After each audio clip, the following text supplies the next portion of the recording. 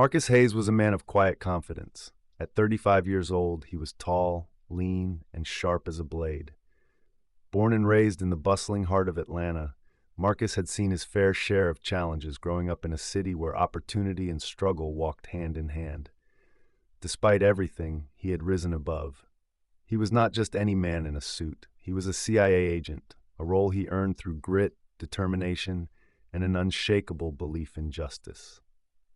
To those who knew him, Marcus was more than an agent. He was a protector, a friend, and someone who had spent his life doing what was right, no matter the cost. On a chilly Friday evening, Marcus drove his sleek black SUV down a quiet road outside of Raleigh, North Carolina. It had been a long week, and all he wanted was to get to his hotel, relax, and prepare for an important briefing the next day. He kept the music low, tapping his fingers on the steering wheel. It was a peaceful drive, or so it seemed. Rick Mulligan had been a cop for nearly 2 decades. He wore his badge like a shield, but his perspective on justice had long been warped by prejudice and a sense of superiority. At 45, Rick was set in his ways, often patrolling these quiet suburban streets with a watchful eye, not for danger, but for anyone who didn't fit in. From his squad car parked under a streetlight, Rick spotted Marcus's SUV. It was a high-end vehicle, and to Rick, the driver's skin color made it suspicious. Without hesitation, he flicked on his flashing lights and pulled onto the road. Marcus noticed the red and blue lights in his rearview mirror. He sighed, slowing his car to a stop on the side of the road. He wasn't worried. He had all his documents in order, but he knew the routine. As a black man, he had been pulled over more times than he could count. It was frustrating, but he had learned to stay calm and let the situation play out. Rick approached the car slowly, his hand resting on his holstered gun. He knocked on the window sharply. Marcus rolled it down, his calm, steady eyes meeting Rick's. "License and registration," Rick barked, not even glancing at Marcus's face. "Sure," Marcus replied evenly, reaching into his glove compartment. He handed over his documents. "Is there a problem, officer?" Rick narrowed his eyes. "Where are you headed? This your car?" "Yes, it's my car," Marcus said, his voice still calm. "I'm on my way to a hotel. Is there something wrong?" Rick glanced at the registration, but instead of checking it thoroughly, he kept his eyes on Marcus. "You seem a little out of place here. Mind telling me where you're coming from?" Marcus felt his patience thinning, but kept his tone steady. "I've just come from a meeting in Raleigh. Look, officer, if there's something specific you need, I'm happy to cooperate." But Rick wasn't interested in cooperation. He leaned closer. "Step out of the car." Marcus hesitated for a moment. He could see where this was going. He had encountered men like Rick before, people who saw his skin before they saw his humanity. But he also knew his rights and decided to comply, not out of fear, but because he wanted to de-escalate the situation. He stepped out, standing tall, his presence unshaken.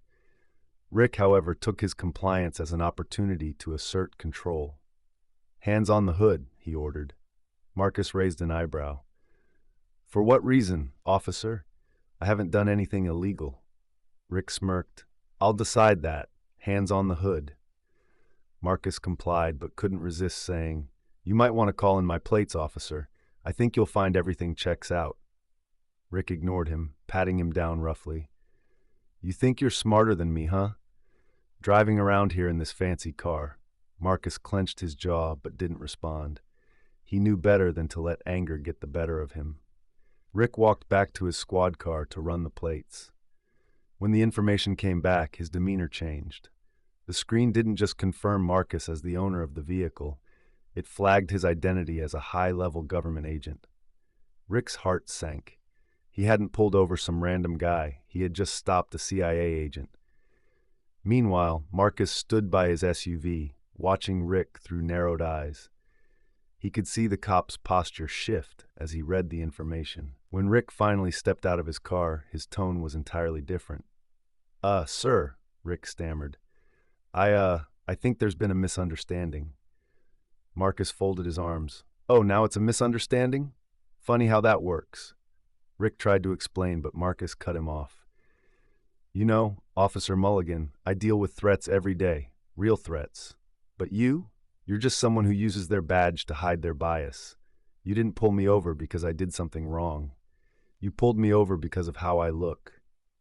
Rick opened his mouth to protest, but Marcus wasn't done. Let me tell you something. I've dedicated my life to protecting this country, including people like you.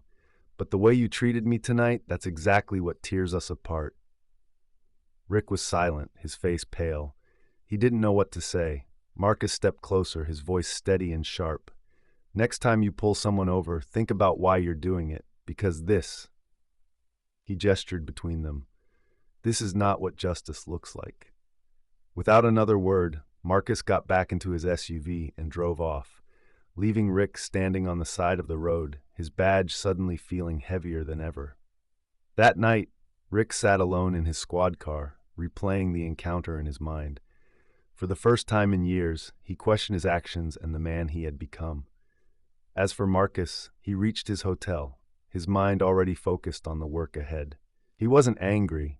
He was used to moments like these, but he carried the hope that his words might plant a seed of change in a man who desperately needed it. The world wasn't perfect, and Marcus knew it all too well.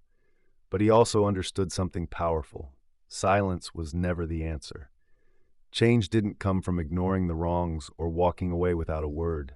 It came from standing firm, speaking truth, and challenging the systems and attitudes that perpetuated injustice.